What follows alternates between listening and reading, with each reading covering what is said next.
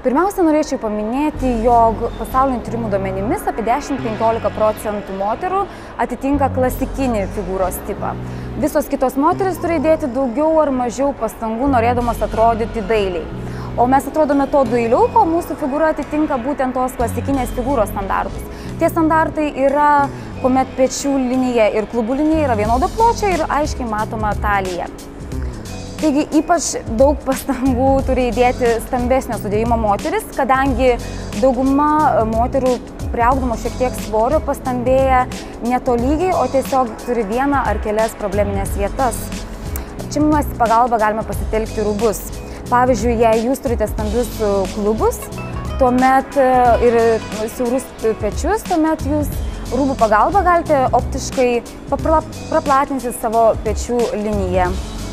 Didžiausia klaida, kurią daro stambios moteris, tai yra bando įsisprausti per mažo dydžio drabužius arba renkasi atvirkščiai pernelyg didelis dydžius, tai bandydamos užmaskuoti visus atliekamus kilogramus, tačiau tai neduoda norimų rezultatų, o greičiau jau atvirkščiai prideda keletą kilogramų ir jūs tiesiog atrodote stambesnės nei esate iš tikrųjų.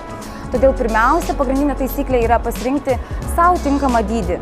Taigi, taip pat reiktų vengti skaldyti savo siluetą horizontaliai. Pavyzdžiui, pasirinkdamos tamsius batelius, šviesias pėdkelnes, tamsų sijoną, jūs savo siluetą skaldote horizontaliai.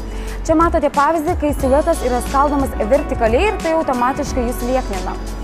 To galima pasiekti pasirenkant kažkokį ilgesnį šalikėlį, taip pat vertikalias linijas rūbose sluoksniuojant. Labai puikus pavyzdys, kuomet yra renkamasi, kad ir šaltesnių periodų ne kažkoks storas megztukas, o tiesiog keli sluoksniai rūbų ir ypač juos neužsegusi, gaunasi vertikalios linijos, kurios jūsų siluetą ištempia ir jis atrodo ilgesnis, tuo pačiu ir lieknesnis. Taip pat stambioms moteriams siūlyčiau rinktis aukštakulnius, kažkokius būtent aksesuarus, kurie atkreiptų dėmesį į tas kūno vietas, kurias norite pabrėžti ir nukreiptų dėmesį nuo tų, kurias norite paslėpti. Sakysime, jeigu turite plačius klubus, reiktų vengti ant klubų diržo ar kažkokio kito akcento, kuris būtent koncentruotų dėmesį į tą kūno vietą.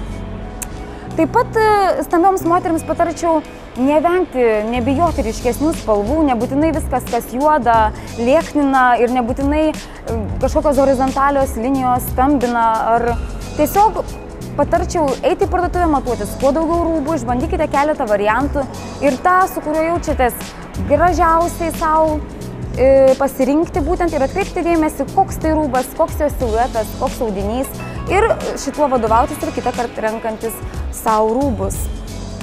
Taip pat dažnai stambios moteris, bandydamos užslėpti savo trūkumus, renkasi kažkokios labai apkritusias tunikas, per plačias palaidines.